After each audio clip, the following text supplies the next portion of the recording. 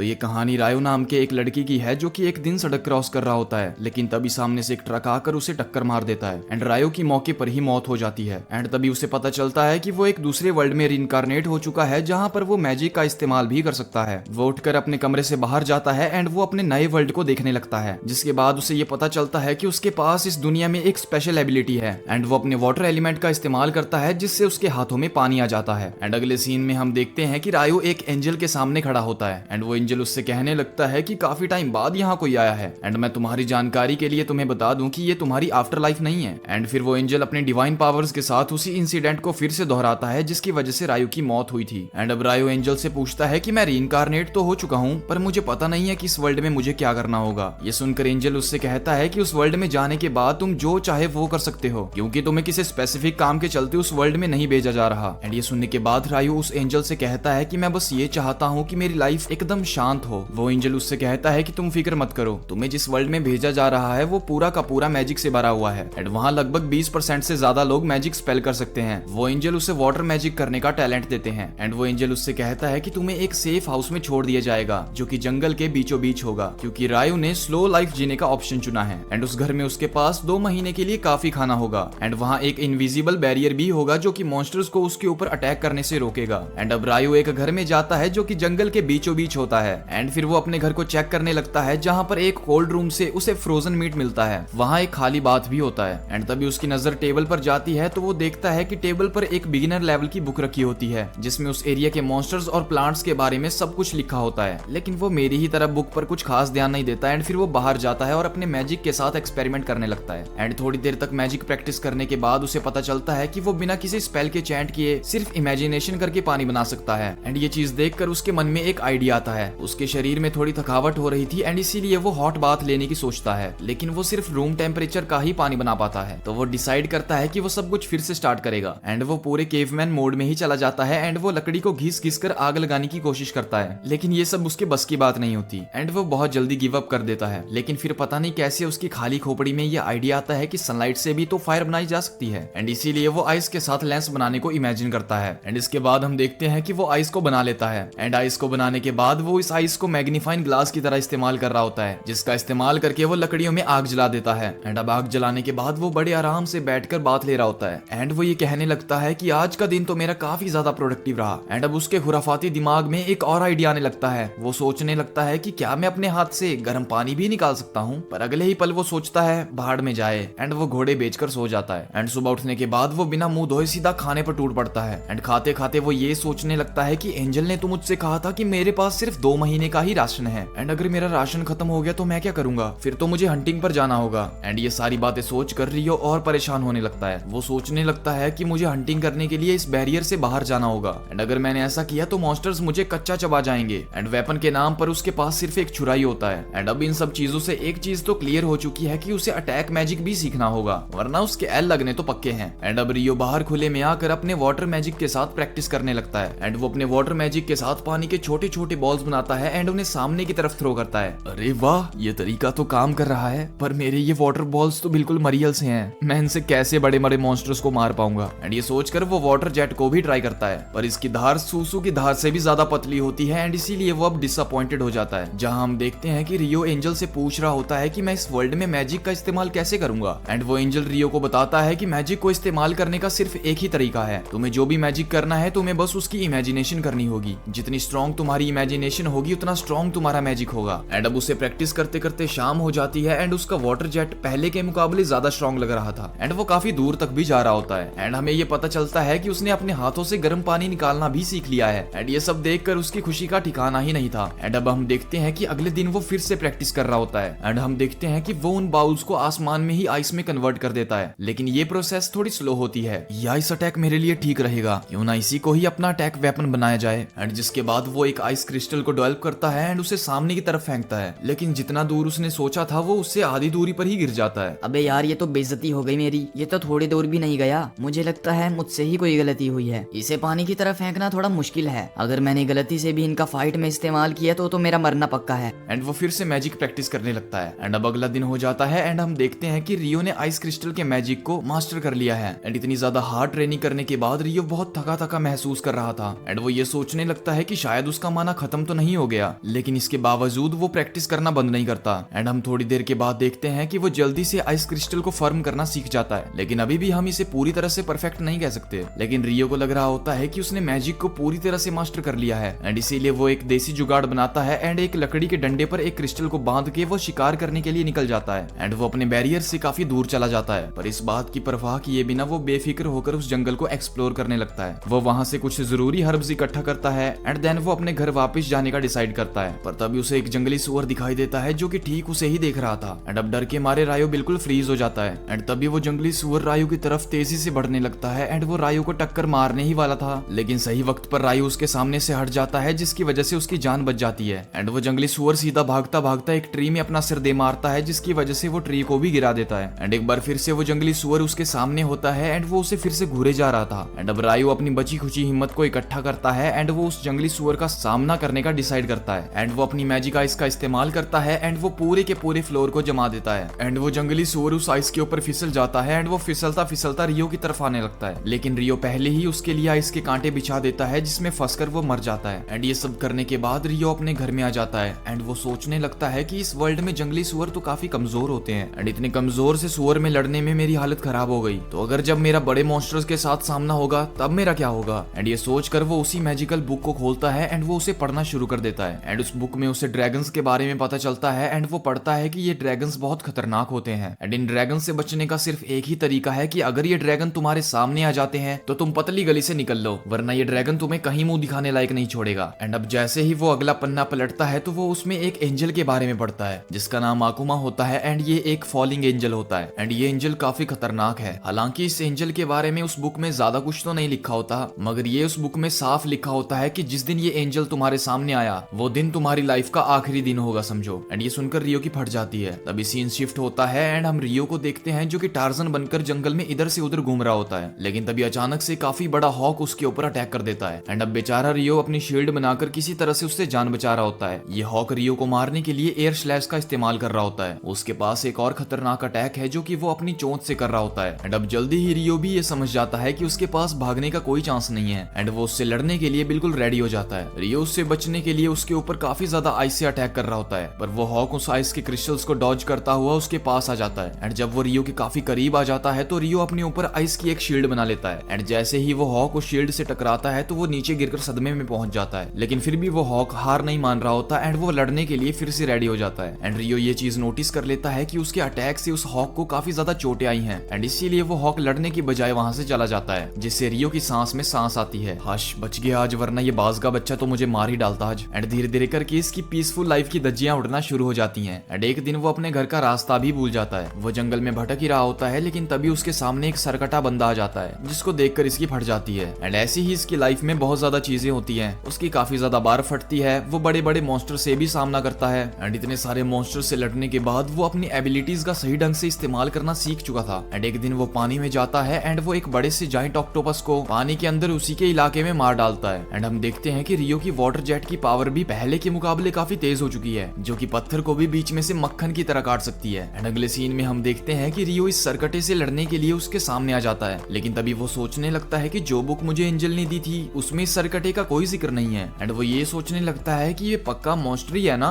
कहीं ये भी कोई एंजल तो नहीं। लेकिन तभी उन दोनों के बीच में फाइट स्टार्ट हो जाती है। रियो को बड़ी आसानी से हरा रहा होता है एंड अब हारने के बाद रियो जमीन पर गिर जाता है एंड वो ये सोचने लगता है कि मुझे नहीं लगता मैं इससे कभी जीत भी पाऊंगा, ये बहुत स्ट्रॉन्ग है। एंड हमें पता चलता है कि रियो हर रात यहाँ पर रोज आता है क्योंकि उसे लगता है कि ये नाइट उसकी ट्रेनिंग करवा रहा है एंड उसे स्ट्रॉन्ग होने में उसकी हेल्प कर रहा है, क्योंकि आज तक इस नाइट ने उसे कोई नुकसान नहीं पहुंचाया है और ना ही कभी उसे जान से मारा है। एंड अब वो नाइट रियो को अपनी स्वॉर्ड सौंप देता है एंड जब वो उसे स्वॉर्ड देता है तो रियो ये समझ जाता है कि ये सरकटा चाहता है कि मैं स्वॉर्ड को मास्टर करूं। एंड जिसके बाद वो सरकटा वहां से चला जाता है। एंड इसके बाद हम उसी हॉक को देखते हैं जो कि पहले के मुकाबले काफी ज्यादा स्ट्रॉन्ग और काफी ज्यादा इवॉल्व हो चुका है। एंड वो रियो को मारने के लिए जैसे ही उस पर अटैक करता है तो रियो अपनी आइस मैजिक से उस पर 5 लेयर की शील्ड बना लेता है और इस अटैक को बड़ी आसानी से डॉज कर लेता है। पर ये उसकी गलत फहमी होती है क्योंकि उस हॉक का अटैक इतना कमजोर नहीं था एंड उसके अटैक से उसकी सारी की सारी शील्ड टूट जाती हैं। एंड इसीलिए वो उसके अटैक से बचने के लिए 10 लेयर की शील्ड का इस्तेमाल करता है, लेकिन वो सारी लेयर्स एक के बाद एक करके टूट जाती हैं। एंड रियो से हराने की काफी ज्यादा कोशिश कर रहा होता है, लेकिन वो बाज हर बार उसके अटैक से बच जा रहा होता है। एंड अब वो हॉक काफी जोर से काफी डरावनी आवाज निकालता है जिससे रियो की फट जाती है एंड उसकी हल्की हल्की लुप फ्लूप हो जाती है एंड वो हॉक इस मौके का फायदा उठाकर लाइटनिंग से भी उस पर हमला करता है, लेकिन रियो इस अटैक से भी बच जाता है एंड ये फाइट काफी ज्यादा इंटेंस हो रही होती है एंड ये हॉक रियो पर काफी ज्यादा भारी पड़ रहा होता है। एंड अब ये हॉक सामने से जैसे ही रियो पर अटैक करने के लिए आ रहा होता है तो रियो अपनी स्वॉर्ड उस हॉक के अंदर घोप देता है, जिससे उस हॉक का काम तमाम हो जाता है। बर्ड के पास जाता है एंड वो उस बर्ड से कहने लगता है कि हम दोनों ने इस फाइट में अपना बेस्ट दिया है, लेकिन मुझे माफ करना, तुम हार चुके हो, लेकिन मैं तुम्हारी ही वजह से इतना स्ट्रॉन्ग बन पाया हूँ। मुझे पता है कि तुम मुझसे बदला लेने के लिए ही इवॉल्व हुए होगे।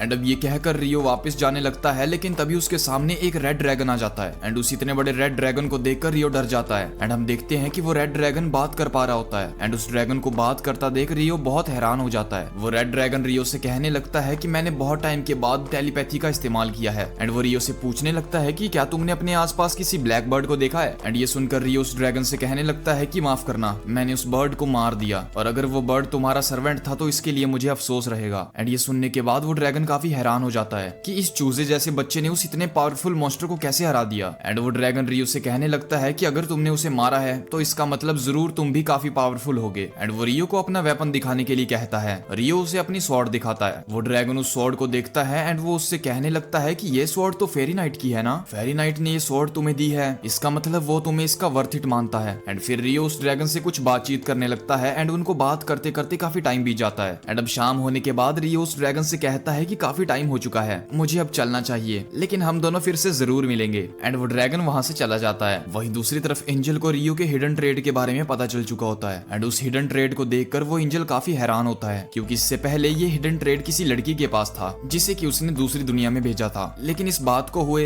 लगभग 100 साल बीत चुके हैं। एंड फिर एंजल को ये पता चलता है कि उसके अंदर ये ट्रेड पहले से ही होता है एंड रियो कभी भी बूढ़ा नहीं हो सकता। एंड इसके बाद हम रियो को देखते हैं जो कि एक समुद्र किनारे आता है, जहाँ पर वो एक टूटी हुई शिप को देखता है एंड उस शिप के पास उसे कुछ इंसान भी दिखाई देते हैं। रियो उन इंसानों के पास जाकर उन्हें चेक करने लगता है, लेकिन फिर उसे पता चलता है कि ये सारे लोग मारे जा चुके हैं। एंड फिर रियो की नजर एक दूसरे ह्यूमन पर जाती है एंड रियो जाकर उसे चेक करने लगता है एंड चेक करने के बाद उसे ये पता चलता है कि वो ह्यूमन अभी भी जिंदा है। एंड अब रियो काफी ज्यादा खुश हो जाता है क्योंकि इस दुनिया में उसने पहली बार किसी ह्यूमन को देखा था। एंड फिर हमें पता चलता है कि उसी बड़े से ऑक्टोपस ने काफी टाइम पहले इसी शिप पर अटैक किया था एंड उसके अटैक की वजह से वो शिप टूट गई एंड बाकी लोग मारे गए। एंड जब उस इंसान को होश आता है तो वो खुद को एक घर में पाता है एंड उसे कुछ भी समझ नहीं आ रहा होता कि आखिर वो इस जगह पर आ कैसे गया। एंड अब वो उठकर इधर उधर जाकर उस इंसान को ढूंढने लगता है जिसने उसकी मदद की, लेकिन तभी रियो ही वहां आ जाता है एंड उस लड़के को होश में देखने के बाद वो उससे कहता है फाइनली तुम होश में आ गए, मुझे तो लगा था कि तुम भी टपक जाओगे इनके साथ, लेकिन जो भी हो मुझे तुम्हें ठीक देखकर बहुत खुशी हुई। एंड वो लड़का रियो को खुश देखकर बहुत हैरान होता है एंड वो सोचने लगता है कि ये आखिर मेरे पीछे कब आ गया, मैं इस इंसान को फील भी नहीं कर पाया। एंड वो रियो को इन सभी कपड़ों के साथ देखकर काफी कंफ्यूज होता है, लेकिन फिर वो लड़का अपना नाम एली बताता है एंड उसे उसकी जान बचाने के लिए शुक्रिया अदा करता है। लेकिन रियो कहता है कि शुक्रिया की कोई बात नहीं है, मैं तुम्हें सिर्फ अपने घर लेकर आया था। एंड वो एली को बताता है कि तुम्हारे अलावा यहाँ सारे लोग मारे जा चुके थे एंड इसीलिए मैं तुम्हारे बाकी साथियों को प्रोटेक्ट नहीं कर पाया, मुझे माफ कर दो। लेकिन एली रियो को बताता है कि वो सारे लोग स्मगलर्स थे। एंड अब रियो उन स्मगलर्स के बारे में एबिल से पूछता है, लेकिन उसको काफी भूख लगी होती है, ना जाने उसने कितने दिनों से खाना नहीं खाया होता। एंड इसके बाद एबिल और रियो दोनों साथ में खाना खाने लगते हैं। एंड अब एबिल रियो से पूछने लगता है कि क्या तुम इस जंगल में अकेले रहते हो एंड तुमने ये किस तरह के कपड़े डाल रखे हैं, ये बहुत अजीब हैं। रियो एबिल को बताता है कि इस जंगल के आसपास कोई भी टाउन नहीं है एंड इसीलिए यहाँ पर कोई भी ह्यूमन नहीं रहता एंड इसीलिए मैं शोर शराबे से दूर इस जंगल में रहना पसंद करता हूँ एंड मुझे इन सब चीजों से कोई दिक्कत नहीं होती। एंड अब एबिल को रियो का बनाया हुआ खाना बहुत टेस्टी लगता है एंड वो उससे पूछता है क्या ये खाना तुमने बनाया है, ये वाकई में लाजवाब है। एंड वो रियो के नाइफ को देखकर उससे पूछने लगता है कि क्या तुम इस नाइफ का इस्तेमाल हंटिंग के लिए करते हो। लेकिन रियो से बताता है कि मैं इस नाइफ का इस्तेमाल सेल्फ डिफेंस के लिए भी करता हूँ। एंड वो एबिल को बताता है कि मैं एक वाटर मेज हूँ एंड वो एबिल को अपना वाटर मैजिक करके दिखाता है, जिसे देखकर एबिल बहुत हैरान हो जाता है। एंड वो कहता है कि नेशन में 50% लोग ही वाटर मैजिक कर पाते हैं। एंड ये सुनकर वो एंजल की बात को याद करता है, क्योंकि एंजल ने उससे कहा होता है कि नेशन में सिर्फ 20% लोग ही वाटर मैजिक कर पाते हैं। एंड अब खाना खाने के बाद एबिल रियो से कहता है कि क्या तुम मुझे उसी जगह पर ले जा सकते हो जहाँ पर तुम मुझे पहली बार मिले थे। रियो एबिल की बात को मान लेता है एंड वो दोनों सी की तरफ जा रहे होते हैं। एंड एबिल चलते चलते रियो से पूछता है कि तुम एक मेज हो तो क्या तुम अपने साथ मैजिक स्टिक नहीं रखते। रियो थोड़ा सोचता है एंड वो कहता है कि मेरे पास ऐसी कोई स्टिक नहीं है। ये सुनने के बाद एबिल सोचता है कि शायद रियो के पास मैजिक स्टिक खरीदने के पैसे नहीं होंगे। एंड अब एबिल रियो से कहने लगता है कि मैं तुम्हारे आगे चलता हूँ, क्योंकि अगर कोई भी मॉन्स्टर तुम पर हमला करेगा तो मैं उसे ऐसा करने से रोक दूंगा जिससे तुम्हारी जान बची रहेगी। लेकिन रियो उससे कहता है कि ऐसा करने की कोई जरूरत नहीं है बिडू, पर एबिल उसकी बात को नहीं मानता होता एंड वो दोनों चलते चलते सी के पास पहुंच जाते हैं। एंड अब एबिल उस टूटे हुई शिप की काफी अच्छी तरीके से तलाशी कर रहा होता है, लेकिन उसे तलाशी करते वक्त किसी भी इंसान की डेड बॉडी नहीं मिलती। एंड वो ये सोच लेता है कि शायद उन स्मगलर्स की बॉडी पानी में बहकर चली गई होगी या तो फिर मॉन्स्टर ने उन्हें खा लिया होगा। एंड वो रायो को बताता है कि यहाँ पर कुछ भी नहीं है। एंड वो सोचने लगता है कि अब मुझे शायद अपने टाउन वापस जाना होगा, लेकिन मेन प्रॉब्लम तो ये होती है कि उसे अपने टाउन का रास्ता तक नहीं पता होता। एंड रियो के पूछने पर वो अपने टाउन का नाम उसे लूना बताता है। रियो एबिल से कहता है कि तुम इस टाइम साउथ में हो एंड नेसा नॉर्थ की साइड में है एंड इसीलिए तुम्हें नॉर्थ की साइड को जाना चाहिए। एबिल रियो की इस बात को समझ जाता है एंड वो रियो को साथ चलने को कहता है। एबिल रियो से कहता है कि मुझे यहाँ के रास्तों के बारे में कुछ भी नहीं पता, इसीलिए मैं यहाँ भटक सकता हूँ, क्या तुम मेरे गाइड बनकर चल सकते हो? एंड अब रियो एबिल की बात को मान लेता है एंड वो उससे कहता है कि हम यहाँ से कल निकलेंगे। एंड अब रियो शाम को एक जगह पर बैठकर अपना इस जंगल में स्पेंड किया हुआ टाइम याद कर रहा होता है एंड वो उन सभी मॉन्स्टर्स को याद करता है जिसने उसे किसी टाइम मारा था। एंड अब रात हो जाती है एंड रात को हमें रियो को दिखाया जाता है जो कि एबिल से कहता है कि मुझे कुछ जरूरी काम है एंड इसीलिए मैं बाहर जा रहा हूँ। एंड इतना कहकर वो वहाँ से निकलकर उसी लेक के पास आ जाता है एंड वो वहाँ फेरी किंग से मिलता है एंड वो उसे कहने लगता है कि मैं यहाँ से कल जा रहा हूँ। एंड रियो फेरी किंग का शुक्रिया अदा करता है एंड वो उसे कहने लगता है कि आपकी वजह से ही मैं इतना स्ट्रॉन्ग बन पाया। एंड अब आखिरी बार रियो फेरी किंग को फाइट के लिए चैलेंज कर देता है, एक यादगार पल बनाने के लिए। एंड इतना कहते ही उन दोनों के बीच में फाइट स्टार्ट हो जाती है। उनकी फाइट कुछ देर चलती है लेकिन रियो फाइट को हार जाता है एंड उसके बाद वो फेरी किंग रियो को एक कोट देता है एंड इसके बाद वो वहां से चला जाता है। एंड अब अगला दिन हो जाता है एंड रियो उसी कोट को पहनकर एबिल के साथ अपने सफर के लिए निकल जाता है। एंड अब वो लोग जंगल में सफर कर ही रहे होते हैं लेकिन तभी उनके सामने एक वाइल्ड बोर आ जाता है। एंड उस वाइल्ड बोर को देखकर एबिल काफी ज्यादा एक्साइटेड हो जाता है एंड वो रियो से कहने लगता है कि तुम पीछे रहना, मैं इस वाइल्ड बोर को देखता हूँ। एंड अब वो वाइल्ड बोर जैसे ही उन पर अटैक करने के लिए आगे आता है, एबिल अपनी स्वॉर्ड निकालता है एंड उस वाइल्ड बोर को एक ही वार में ढेर कर देता है। एंड ये देखकर रियो बहुत ही ज्यादा हैरान हो जाता है एंड वो एबिल से पूछने लगता है कि आखिर तुमने ये सब कैसे किया? एबिल रियो को बताता है कि इसे कॉम्बैक्ट स्किल कहते हैं, जो लोग मैजिक कर सकते हैं वो अपनी कॉम्बैक्ट स्किल का इस्तेमाल कर सकते हैं एंड इस चीज में वो बहुत सारे वेपन्स का इस्तेमाल कर सकते हैं जैसे स्पेयर और स्वॉर्ड। एंड अब वो थोड़े और आगे बढ़ते हैं एंड उन्हें लिजर्ड मॉन्स्टर दिखाई देते हैं एंड उनको देखकर एबिल रियो से कहने लगता है कि ये सारे लिजर्ड मॉन्स्टर बहुत खतरनाक होते हैं, तो इन मॉन्स्टर्स के साथ फाइट करना हमारे लिए खतरे से खाली नहीं है, बेहतर होगा कि हम इन मॉन्स्टर्स को अवॉइड ही करें। एंड वो वहां से दुम दबाकर खिसकने लगते हैं एंड वो उस जंगल में आगे की ओर बढ़ने लगते हैं, पर तभी रियो को महसूस होता है कि वो लिजर्ड मॉन्स्टर उन्हीं की तरफ आ रहे हैं। एंड अब रियो इस चीज के बारे में एबिल को बताता है एंड एबिल उन मॉन्स्टर्स के साथ फाइट करने के लिए रेडी हो जाता है। रियो एबिल से बताता है कि ये सारे मॉन्स्टर्स बहुत ही ज्यादा हैं। एंड अब जैसे ही वो लिजर्ड मॉन्स्टर उनके करीब आते हैं तो रियो अपने आइस मैजिक का इस्तेमाल करके उन्हें फ्रीज करके मार देता है। एंड अब इस बार हैरान होने की बारी एबिल की होती है एंड वो रियो से पूछता है कि तुमने आखिर ये सब कैसे करा? तुम्हारे पास तो मैजिक स्टिक भी नहीं है।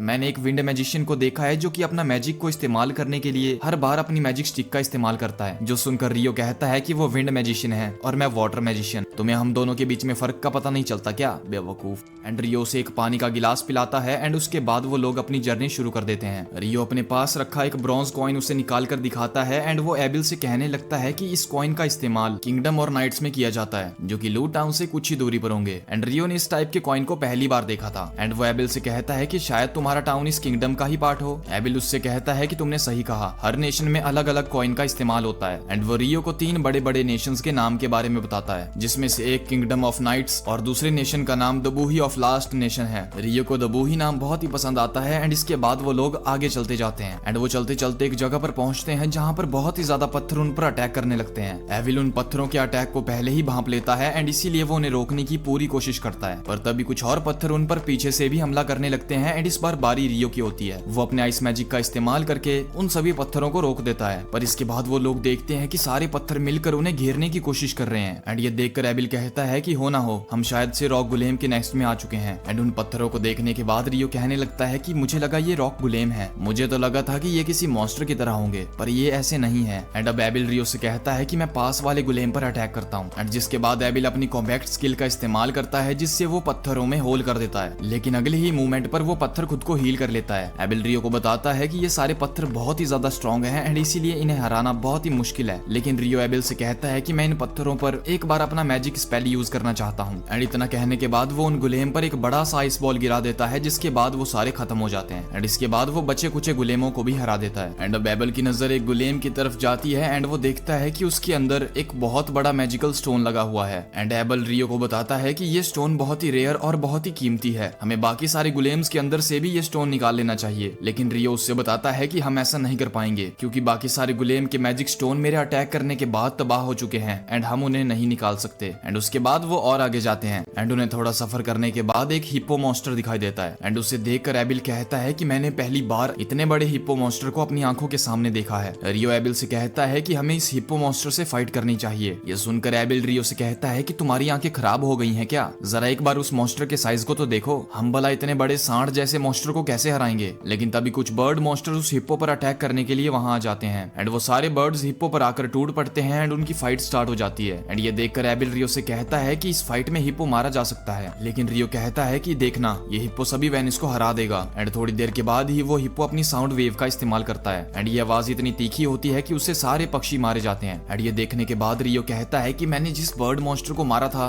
उसने भी इसी सेम आवाज का इस्तेमाल किया था। एबिल को ये समझ नहीं आता कि ये सब आखिर हुआ कैसे है, पर रियो को सब समझ आ रहा था कि ये सब एंटी मैजिक स्पेल के कारण हुआ है। एंड अब रात को वो दोनों कैंपिंग कर रहे होते हैं एंड एबिल रियो से पूछता है कि ये एंटी मैजिक स्पेल क्या होता है भला? रियो से बताता है कि बहुत सारे मैजिक ट्रैप्स होते हैं जिसका यूज मॉन्स्टर अटैक करने के लिए करते हैं। ये सुनकर एबिल कहता है कि ये सारे ट्रैप्स तो डंजिन में होते हैं ना? रियो उससे पूछता है कि क्या यहाँ भी डंजिन है? एंड एबिल उससे बताता है कि यहाँ सेंट्रल नेशन में ही एक जंगल है जहाँ की एक डंजिन है। एंड ये सुनने के बाद रियो उससे कहता है कि तुमने इतनी इंपॉर्टेंट बात मुझे अभी तक क्यों नहीं बताई? एबिल कहता है कि मुझे जरा भी पता नहीं था कि तुम्हें डंजिन्स के अंदर इंटरेस्ट होगा। रियो उससे पूछता है कि क्या तुम मुझे इस दुनिया के बारे में थोड़ा और बता सकते हो क्या? एबिल उन्हें ड्वार्फ्स और एल्व्स के बारे में बताने लगता है कि हाँ वो भी कुछ स्पीसीज हैं जो कि हमारे साथ इस दुनिया में रहती हैं। ड्वार्फ्स असल में बहुत अच्छे क्राफ्टमैन होते हैं और लूना टाउन में वो तुम्हें देखने के लिए मिल सकते हैं, लेकिन रही बात एल्व्स की तो तुम्हें टाउन में सिर्फ वो एक ही लड़की दिखाई देगी क्योंकि एल्व्स ज्यादातर जंगलों में रहना पसंद करते हैं। एंड अब अगले दिन का सीन दिखाया जाता है जहाँ पर वो दोनों माउंटेन्स की तरफ जा रहे होते हैं एंड रियो से बताता है कि अब हमें बस इस माउंटेन को ही क्रॉस करना होगा एंड इसके बाद हम ह्यूमंस के कॉन्टिनेंट तक पहुंच जाएंगे। ये सुनकर एबिल रियो से कहता है कि तुम्हें भला इन सब चीजों के बारे में कैसे पता है? रियो से बताता है कि उसकी रेड ड्रैगन के साथ एक दिन बातचीत हुई थी और रेड ड्रैगन ने ही उसे इस बारे में सारी इन्फॉर्मेशन दी थी। उस ड्रैगन ने उसे बताया था कि ये जगह ईस्ट, वेस्ट और साउथ तीनों जगह से पानी से घिरी हुई है, लेकिन नॉर्थ साइड के माउंटेन को क्रॉस करने के बाद तुम उस सब कॉन्टिनेंट में पहुंच जाओगे जहाँ पर ह्यूमंस रहते हैं। लेकिन फिर रियो सोचने लगता है कि शायद मुझे ड्रैगन वाली बात इसे नहीं बतानी चाहिए थी। एंड फिर वो अपने सफर के लिए और आगे बढ़ जाते हैं एंड फिर उन्हें एक मॉन्स्टर के चिल्लाने की आवाज आने लगती है और वो देखते हैं कि एक मॉन्स्टर उनकी तरफ आ रहा होता है एंड ये देखकर एविल डर जाता है। लेकिन रियो अपना थोड़ा सा दिमाग लगाता है एंड वो एविल से कहता है कि तुम अपना मीट ऊपर की तरफ फेंक दो। वो दोनों उस मीट को जैसे ही ऊपर फेंकते हैं वो मॉन्स्टर उस मीट को लेकर वहां से चला जाता है। एंड ये देखकर एविल रियो से कहता है कि हमने आज तक ऐसे मॉन्स्टर को कभी नहीं देखा। एंड रियो खुद में ही हैरान होता है एंड वो सोच रहा होता है कि ये कॉन्टिनेंट ह्यूमन के कॉन्टिनेंट से काफी ज्यादा डिफरेंट है। एंड तभी वो सामने बड़े बड़े पहाड़ों को देखकर सोचता है कि इन बड़े बड़े पहाड़ों की वजह से शायद ये मॉन्स्टर दूसरे कॉन्टिनेंट तक ना जाते हों एंड इसीलिए ह्यूमन यहाँ अभी तक बचे हुए हैं। एंड तभी वो थोड़ी देर चलने के बाद कुछ वैंस को देखते हैं जो कि मिलकर एक मॉन्स्टर को खा रहे होते हैं। एंड ये देखकर रियो एविल से कहता है कि हमें उन वैंस के साथ फाइट करनी चाहिए, लेकिन एविल मना कर देता है एंड वो कहता है कि हम लोग इन वैंस के साथ मुकाबला नहीं कर सकते। अगर हमें इनसे टक्कर लेनी है तो हमें 10 स्ट्रॉन्ग एडवेंचरर की जरूरत होगी एंड इवन तब भी हमें बहुत दिक्कत होगी। लेकिन हमारा रियो बहुत बहादुर होता है एंड वो मान ही नहीं रहा था। एंड वो एविल से कहता है कि हम इन वेंस को आसानी से यहाँ पर हरा सकते हैं क्योंकि ये सबसे ज्यादा पावरफुल आसमान में होते हैं एंड अभी ये जमीन पर हैं। एंड अब रियो अपने आइस मैजिक का इस्तेमाल करता है एंड उनके विंग्स को जमीन में फंसा देता है। एंड तभी मौके का फायदा उठाकर एविल उनके ऊपर अटैक करता है एंड उन वेंस को मार देता है। एंड तभी वो देखते हैं कि वहां पर कुछ और वेंस भी आ रहे होते हैं, लेकिन रियो उन पर भी अपने आइस एरोज के साथ अटैक करता है एंड एविल उन्हें भी खत्म कर देता है। एंड साथ ही में एविल उससे कहता है कि मुझे नहीं पता था कि इनको हराना इतना आसान होगा। एंड अब एविल उन सारे वेनिस से मैजिक स्टोन को इकट्ठा कर लेता है। एंड तभी वो देखते हैं कि वहां कुछ और वेनिस भी आ रहे होते हैं जिन्हें देखकर इस बार एविल डर जाता है, लेकिन वो लोग हिम्मत रखते हैं एंड वो सारे वेनिस को वहां खत्म कर देते हैं। एंड इसके बाद हम लोग देखते हैं कि वो लोग नॉर्थ माउंटेन को पार कर लेते हैं। एंड रियो उसे कहता है कि कुछ टाइम के बाद हम लोग ह्यूमन टेरिटरी में होंगे एंड ये फील करके वो दोनों खुश हो रहे होते हैं। एंड अब आगे जाकर रियो एबिल से कहने लगता है कि उन वेनिस को हराना काफी इजी था, है ना? अगर वो वापस मेरे सामने आए तो मैं वापस उन्हें खत्म कर दूंगा। पर एबिल रियो से कहता है कि तुम्हें जितना ज्यादा हो सके उतना फाइट को अवॉइड करना चाहिए। एबिल कहता है कि हम लोग नॉर्थ में बहुत आगे आ चुके हैं एंड शायद नेशन यहाँ से थोड़ी दूर होगा। एंड रियो को थोड़ा शक होता है एंड वो उससे पूछता है कि कहीं हम दुबई नेशन में तो नहीं जा रहे, लेकिन एबिल उसे बताता है कि वो यहाँ से काफी दूर है। लेकिन वो उससे पूछता है कि तुम्हें दुबई नेशन से क्या दिक्कत है भाई? रियो उससे कहता है कि मुझे इससे कुछ खास दिक्कत तो नहीं है, बस मुझे उसका नाम अच्छा नहीं लगता। एंड थोड़ी दूर और चलने के बाद उन्हें एक रोड दिखाई देती है। एबिल रियो से कहता है कि हमें इस रोड को फॉलो करना चाहिए एंड अगर हम इस रोड को फॉलो करते रहे तो हम जल्दी ही टाउन पहुंच जाएंगे। एंड ये सुनकर रियो काफी खुश होता है एंड वो मनी मन सोच रहा होता है कि बहुत टाइम के बाद मुझे किसी घर के बेड पर सोने का मौका मिलेगा। एंड पता नहीं कैसे ये एबिल भी सुन लेता है एंड वो उससे कहने लगता है कि अभी तो तुम मॉन्स्टर से से लड़ना चाहते थे, लेकिन रियो कहता है कि बस अभी मुझे रिलैक्स करना है। एविल उससे कहता है कि ठीक है रिलैक्स कर लेना, पर मैं तुम्हें बता दूं कि जिस टाउन में हम जा रहे हैं उस टाउन का खाना बहुत टेस्टी होता है। एंड ये सुनने के बाद रियो और भी ज्यादा एक्साइटेड हो जाता है। एंड इसके बाद वो लोग एक टाउन में आ जाते हैं जहाँ पर उन्हें एक होटल मिलता है। एविल रियो से कहता है कि मुझे जल्दी ही किसी एडवेंचरर के लिए रजिस्टर कर देना चाहिए, जिससे वो किसी भी नेशन में आसानी से जा सकता है एंड उससे कोई एंट्री फीस भी नहीं लेगा। जैसा कि तुमने देखा मुझे इस टाउन में आने के लिए फ्री में एंट्री मिल गई, लेकिन तुम्हें इसमें एंटर करवाने के लिए मुझे गार्ड को एक सिल्वर कॉइन देना पड़ा। लेकिन ये सुनकर रियो कहता है कि उस सिल्वर कॉइन के बदले में कहीं तुम मुझे अपना सर्वेंट तो नहीं बनाना चाहते ना। ये सुनकर एविल उससे कहता है कि मैं ऐसा करना तो चाहता था पर मैं करना नहीं चाहता। कोई सेंस है इस बात की? हमें बहुत लग रही थी उस टाइम। एंड अब उनका ऑर्डर आ जाता है एंड उन लोगों ने खाने के लिए कड़ी राइस मंगवाए होते हैं। कड़ी चावल को देखकर रियो हैरान हो जाता है एंड जैसे ही वो कड़ी चावल का चम्मच अपने मुंह में डालता है तो उसे कड़ी बहुत टेस्टी लगती है। एंड रियो बहुत जल्दी जल्दी और बहुत खुशी के साथ खाना खा रहा होता है। एंड ये देखकर एविल उससे कहता है कि तुम्हें धीरे धीरे खाना खाना चाहिए, ये खाना कहीं भागा नहीं जा रहा। एंड अगर खाना खत्म भी हो गया तो मैं फिर से ऑर्डर कर दूंगा, टेंशन मत लो तुम। एंड वो वैसा ही करता है, वो फटाफट अपने कड़ी चावल को खत्म करता है एंड उसे ऑर्डर देने को कहता है। एंड थोड़ी देर के बाद रियो उससे पूछता है कि क्या लूना टाउन में भी कड़ी राइस मिलता है। एविल उसे बताता है कि हाँ लूना टाउन में भी एक कड़ी राइस की रेस्टोरेंट है। एंड अब वो लूना टाउन के लिए जाने लगते हैं। एंड रास्ते में एविल उससे पूछने लगता है कि क्या तुम्हें कड़ी राइस सच में बहुत टेस्टी लगती है। रियो हाँ में जवाब देता है। एविल उससे कहता है कि तुमने मुझे पहले इस बारे में कुछ नहीं बताया, यहाँ पर इतना अच्छा कड़ी राइस मिलता है, तो मुझे यहाँ के बारे में कुछ और बताओ जो कि मैं नहीं जानता। पर एविल उससे कहता है सॉरी दोस्त, मुझे अभी तो कुछ नहीं याद आ रहा, लेकिन जैसे ही मुझे कुछ याद आएगा तो मैं तुम्हें जरूर इन्फॉर्म करूंगा। एंड इसके बाद वो लोग लूना टाउन में पहुंच जाते हैं। वो दोनों गेट के पास आते हैं जहाँ पर खड़ा हुआ गार्ड उन्हें पहचान जाता है। एंड वो गार्ड एविल को देखकर बहुत खुश होता है एंड वो एविल से कहता है कि तुम तो गुम हो चुके थे ना। एविल कहता है कि मैं गुम हो चुका था, लेकिन मुझे ढूंढने में रियो ने मेरी हेल्प करी है। एंड ये सुनकर गार्ड रियो का धन्यवाद करता है। फिर रियो गार्ड से हाथ मिलाता है एंड इसके बाद एविल गार्ड को एक सिल्वर कॉइन देता है ताकि रियो टाउन के अंदर आ सके। एविल रियो से कहता है कि सबसे पहले हम तुम्हारा एडवेंचरर गिल्ड में नाम रजिस्टर करवाने जा रहे हैं। वैसे तो न्यू कमर को एफ रैंक दिया जाता है, लेकिन क्योंकि तुम मेरे साथ हो इसीलिए तुम्हें ई या एफ रैंक तो मिल ही जाएगा। ये सुनकर रियो एविल से कहता है कि तुम हाई रैंक के एडवेंचरर हो ना। एविल कहता है हाँ। एंड एविल रियो से कहता है कि तुम्हें बहुत सारे मिशंस दिए जाएंगे एंड जिन्हें पूरा करके तुम अपना रैंक बढ़ा सकते हो। तुम्हें मिशन को पूरा करने के बाद रिवॉर्ड्स दिए जाएंगे, लेकिन मुझे नहीं लगता कि तुम्हें रिवॉर्ड्स की जरूरत होगी, क्योंकि तुम्हारे पास इतने सारे मैजिक स्टोन्स हैं और मॉन्स्टर के कलेक्टिव्स भी, एंड उन्हें बेचकर ही तुम माला माल हो सकते हो। रियो एविल से कहता है कि मुझे सच में नहीं पता था कि ये इतने रेयर होते हैं। तेरे पास इतने ज्यादा रेयर मटेरियल हैं कि इनकी वजह से पूरा मार्केट क्रैश हो सकता है, एंड इसीलिए तुम इसके बारे में गिल्ड मास्टर से बात करना, क्योंकि उनके पास इस चीज का कोई ना कोई सोल्यूशन तो होगा। एंड फिर इसके बाद वो लोग गिल्ड के अंदर जाते हैं जहाँ सारे लोग एविल को देखकर बहुत खुश हो जाते हैं। एंड सारे लोग उसे इतने टाइम बाद देख रहे थे एंड इसीलिए वो उसको घेर लेते हैं। एंड ये चीज रियो भी देख रहा होता है एंड वो मन ही मन सोचने लगता है कि एविल तो काफी ज्यादा पॉपुलर है। एंड अब रियो एविल को डिस्टर्ब नहीं करना चाहता था एंड इसीलिए रियो गिल्ड से बाहर आ जाता है। एंड बाहर आने के बाद रियो को एक लड़की दिखाई देती है एंड वो लड़की रियो के कोट को देखने के बाद उससे कहती है कि ये कोट तो फेरी किंग का है, इसका मतलब उन्होंने तुम्हें इसके लिए वर्थ इट चुना है, शायद तुम बहुत ज्यादा इंटरेस्टिंग हो। लेकिन उस लड़की की बक बक सुनने के बाद रियो उससे पूछता है कि तुम कौन हो, लेकिन वो लड़की वहीं खड़ी खड़ी शर्मा जाती है एंड वो वहां से भाग जाती है बिना कुछ कहे।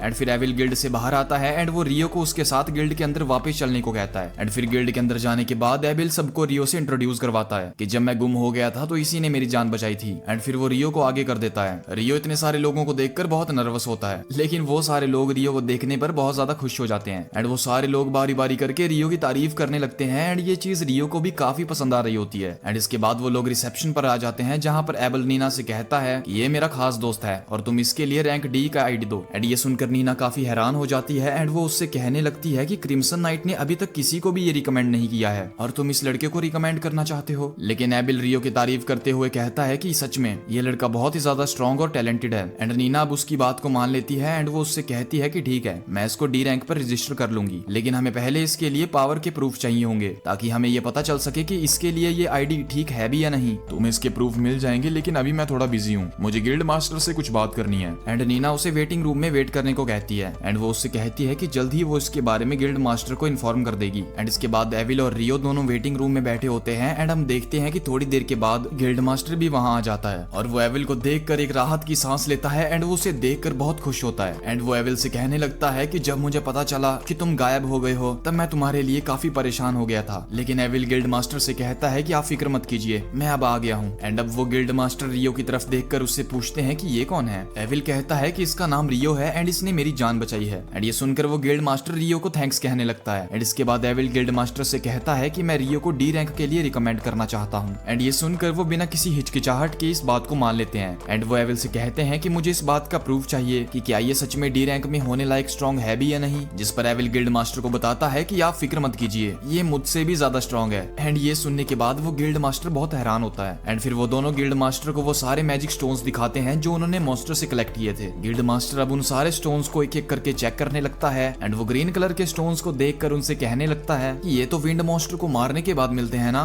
तो इसका मतलब है कि तुमने वेनिस को हरा दिया। एंड ये स्टोन तो बहुत ज्यादा हैं, इसका मतलब है कि तुमने वेनिस की पूरी आर्मी को हरा दिया होगा। एंड वो एविल से पूछते हैं कि क्या वो अभी हमारे ऊपर अटैक करने के लिए तो नहीं आएंगे। लेकिन एविल उन्हें बताता है कि ऐसा कुछ भी नहीं होने वाला, क्योंकि हम मेलाफिक माउंटेन की तरफ से ही आ रहे हैं। एंड ये सुनने के बाद रियो उससे पूछता है कि क्या तुम्हें इसका नाम पहले से ही पता था। रियो उससे बताता है कि जब मैंने उन रोड्स को देखा था तभी मैं ये समझ गया था कि ये असल में मेलाफिक माउंटेन है। एंड उन दोनों की बातें सुनने के बाद गिल्ड मास्टर उनसे कहते हैं कि मेलाफिक माउंटेन बहुत खतरनाक होते हैं, वहाँ जो एक बार चला जाता है वो मुड़कर वापस नहीं आ सकता। एंड एडवेंचरर भी वहाँ पर किसी काम से ही जाते हैं। एंड तुम लोग ये कह रहे हो कि तुम लोग इन माउंटेन्स को क्रॉस करके आए हो, अबे कहीं गांजा वांजा तो नहीं फूक रखा।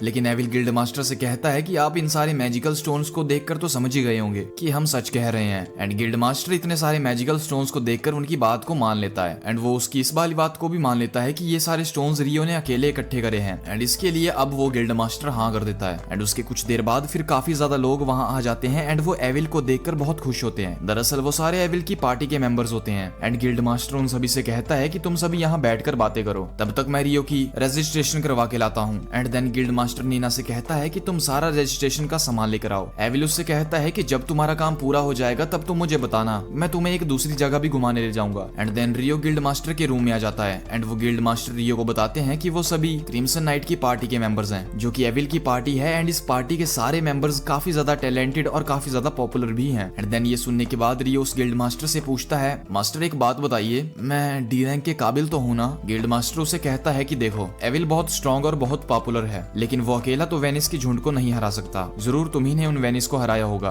एंड इसका मतलब ये हुआ कि तुम बहुत ज्यादा स्ट्रॉन्ग हो और तुम डी रैंक के लिए परफेक्ट हो। एंड तभी नीना भी वहाँ आ जाती है। एंड वो गिल्ड मास्टर उससे कहते हैं कि तुम अपना रजिस्ट्रेशन पूरा कर लो। एंड अब नीना के हाथ में पूरी बागडोर होती है। एंड वो रियो का इंटरव्यू लेने लगती है। वो सबसे पहले रियो का नाम पूछती है। एंड रियो अपना नाम बता देता है। फिर वो रियो के रेजिडेंस के बारे में पूछती है, तो रियो से बताता है कि मुझे इस शहर में आए हुए ज्यादा टाइम नहीं हुआ है और इस शहर में मेरा कोई घर भी नहीं है। एंड ये सुनने के बाद नीना रियो से कहती है कि तुम 1 साल तक गिल्ड के लॉज में रह सकते हो। फिर नीना रियो से कहती है कि तुम एक मेज हो, तो तुम्हारे पास कौन से मैजिकल एलिमेंट्स की पावर्स हैं। रियो से बताता है कि मैं एक वाटर मेज हूँ एंड मेरे पास वाटर एलिमेंट है। नीना उससे पूछती है कि क्या तुम कभी डंजन्स में गए हो। एंड इस पर रियो मना कर देता है, क्योंकि वो आज तक किसी भी डंजन में नहीं गया। नीना उसे बताती है कि यहाँ डंजन से रिलेटेड बहुत सारे कोर्स हैं। एंड अगर तुम इस कोर्स के बारे में इंटरेस्टेड हो तो तुम मुझे बता देना। एंड रियो बिना कुछ सोचे समझे डंजन्स में जाने के लिए हाँ कर देता है। नीना उससे कहती है कि ठीक है, 2 दिन के बाद सुबह 9 बजे ये कोर्स शुरू होगा, तो तुम ठीक उस टाइम पहुंच जाना। लेकिन रियो सोचता है कि मुझे टाइम के बारे में भला कैसे पता चलेगा। तो नीना उससे बताती है कि यहाँ टाउन के बीचों बीच में एक बहुत बड़ी वॉच है, तुम उसमें टाइम देख सकते हो। एंड अब रजिस्ट्रेशन कंप्लीट करने के बाद वो अपना हाथ एक क्रिस्टल पर रखता है। एंड उस पर हाथ रखते ही रियो का एडवेंचरर कार्ड बन जाता है। एंड नीना उससे कहती है कि अब से तुम एक एडवेंचरर हो। एंड ये सुनकर रियो काफी ज्यादा खुश हो जाता है। एंड देन वो इसके बाद ऑफिस में चले जाते हैं। एंड अब गिल्ड मास्टर बहुत ही रिलैक्स फील कर रहा था। एंड वो सोचने लगता है कि एविल के जाने के बाद इस टाउन की हालत बहुत खराब हो चुकी है, बहुत सारे इंस्टीट्यूशन क्रैश कर रहे हैं, लेकिन अब एविल आ गया है तो होप सब कुछ ठीक हो जाएगा। एंड अब हम दूसरी तरफ एविल और रियो को देखते हैं, जो कि साथ साथ टाउन घूम रहे होते हैं। रियो एविल से पूछता है कि हम लोग कहाँ जा रहे हैं।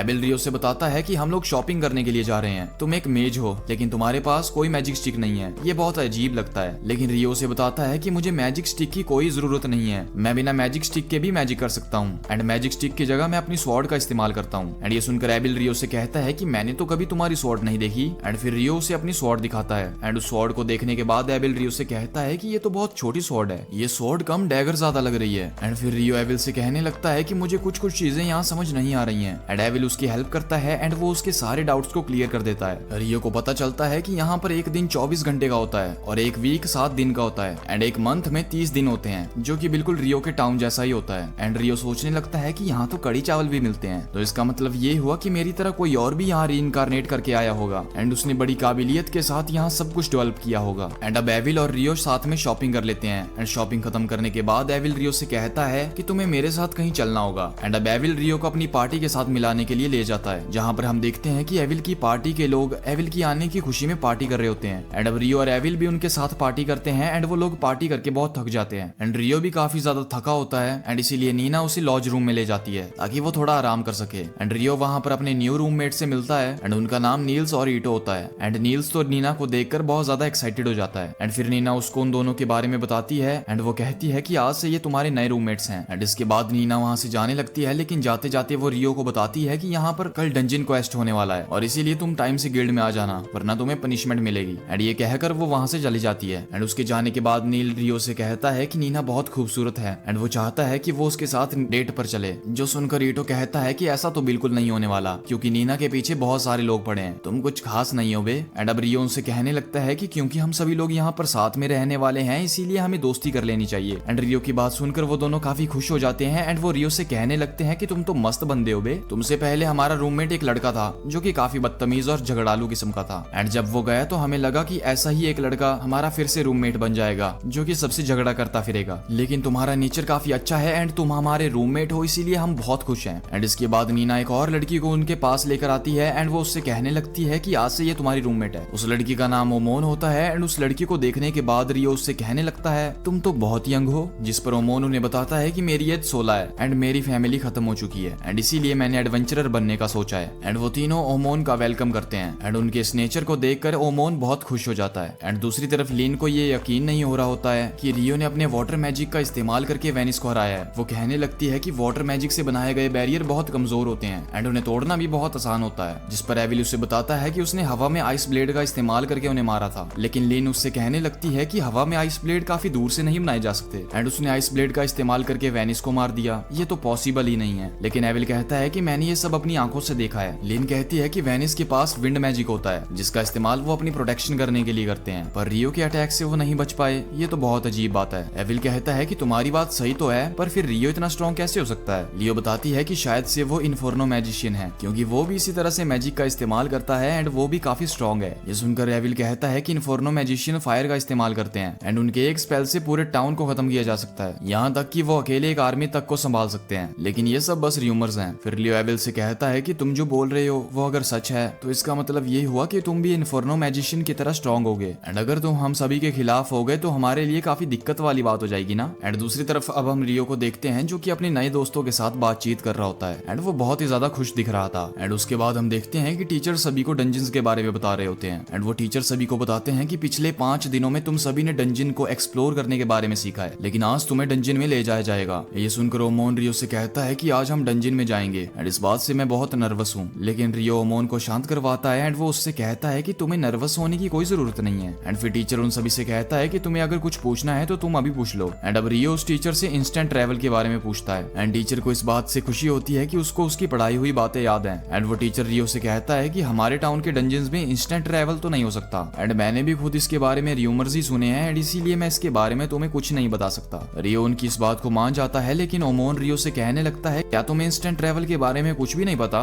तुम डी रैंक के एडवेंचरर कैसे बने फिर। एंड अब वो सभी डंजन के ठीक सामने आ जाते हैं जो कि टाउन के बीचों बीच होता है एंड उस डंजन को नदी की दीवार के साथ घेर कर रखा हुआ होता है। टीचर उन्हें बताते हैं कि इस डंजन में हर साल काफी ज्यादा मॉन्स्टर्स बढ़ जाते हैं एंड अगर ये काफी ज्यादा बढ़ जाते हैं तो ये टाउन पर भी अटैक कर सकते हैं एंड इसीलिए डंजन के बाहर इन बड़ी बड़ी दीवारों को बनाया गया है ताकि हम इन मॉन्स्टर से सुरक्षित रहें। रियो ओमोन से कहता है कि बाहर से ये दीवार टाउन के लोगों को दुश्मनों से प्रोटेक्ट करती है और अंदर मॉन्स्टर से। लेकिन ओमोन रियो की बात सुनकर काफी डर जाता है कि क्या मॉन्स्टर डंजन के बाहर भी आ जाते हैं, अरे नहीं ये तो फिर हमें खा जाएंगे ना। लेकिन टीचर ओमोन से कहता है कि प्यारे बच्चे तुम्हें डरने की कोई जरूरत नहीं है क्योंकि इस टाइम मॉन्स्टर अभी बाहर नहीं आ सकते। एंड फिर टीचर उन्हें गिल्ड ऑफिस के बारे में बताते हैं जो कि डंजन के गेट पर होता है एंड फिर टीचर उन्हें बताते हैं कि सभी डंजन्स का रिकॉर्ड इस ऑफिस में होता है एंड यहाँ पर स्टूडेंट्स का रिकॉर्ड भी होता है जो कि इस डंजन में आने वाले होते हैं एंड क्योंकि तुम सभी का नाम यहाँ पर पहले से ही रजिस्टर्ड है इसीलिए हम सीधा डंजन में जाने वाले हैं। एंड इसके बाद वो सभी लोग डंजन के अंदर जाने लगते हैं एंड हम देखते हैं कि ओमोन अभी भी डरा होता है, लेकिन रियो उसे बार बार शांत करवा रहा होता है कि ओमोन तुम्हें डरने की कोई जरूरत नहीं है, हमें कुछ भी नहीं होगा एंड इसीलिए तुम रिलैक्स करो यार। एंड रियो की अच्छी अच्छी बातें सुनकर ओमोन शांत हो जाता है।